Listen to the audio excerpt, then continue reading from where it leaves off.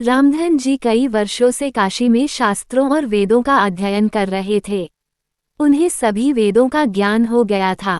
रामधन जी को लगा कि अब वो अपने गांव के सबसे ज्ञानी व्यक्ति कहलाएंगे। उनके अंदर घमंड आ गया था। अगले दिन रामधन जी अपने गांव जाने लगे। गांव में आते ही एक किसान ने उनसे पूछा, क्या आप हमें बता सकते हैं कि हमारे समाज में लोग दुखी क्यों हैं? रामधन जी ने कहा, लोगों के पास जीने के लिए पर्याप्त साधन नहीं है। अपनी जरूरत पूरी करने के लिए धन नहीं है, इसलिए लोग दुखी है। किसान ने कहा, परंतु रामधन जी, जिन लोगों के पास धन दौलत है वह लोग भी दुखी है। मेरे पास धन संपत्ति है फिर भी मैं दुखी हूँ क्यों? रामधन जी को कुछ समझ नहीं आया कि वो किसान को क्या उत्तर दे। किसान ने कहा कि वह आपको अपनी सारी संपत्ति दान कर देगा अगर आप उसके दुख का कारण पता करके उसे बता दे तो। रामधन जी ने उसकी संपत्ति के लालच में कहा, ठीक है, मैं कुछ दिनों में ही आपके दुख का कारण ढूंढ लाऊंगा। ये कहकर रामधन जी पुनः काशी चले गए। उन्होंने शास्त्रों और वेदों का फिर से अध्ययन किया, परंतु उन्हें किसान के सवाल का जवाब नहीं मिला। रामधन जी बहुत परेशान थे। वह सोच रहे थे कि अगर मैं किसान के सवाल का उत्तर नहीं दे पाया तो लाखों की संपत्ति हाथ से चली जाएगी।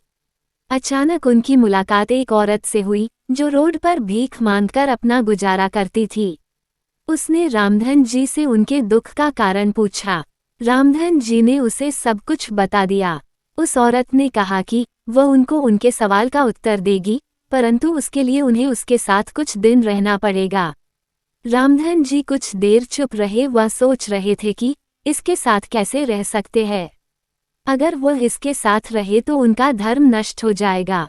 रामधन जी ने फिर सोचा, कुछ दिनों की बात है, उन्हें किसान के सवाल का उत्तर जब मिल जाएगा वह चले जाएंगे और किसान की संपत्ति के मालिक बन जाएंगे। रामधन जी उसके साथ रहने के लिए तैयार हो गए। कुछ दिन तक वह उसके साथ रहे पर सवाल का उत्तर उस औरत ने नहीं दिया। रामधन जी ने उससे कहा, मेरे सवाल का उत्तर कब मिलेगा?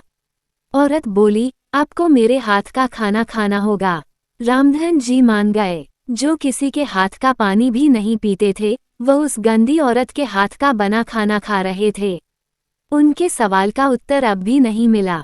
अब औरत ने बोला, उन्हें भी उनके साथ सड़क पर खड़े होकर भीख मांगनी पड़ेगी।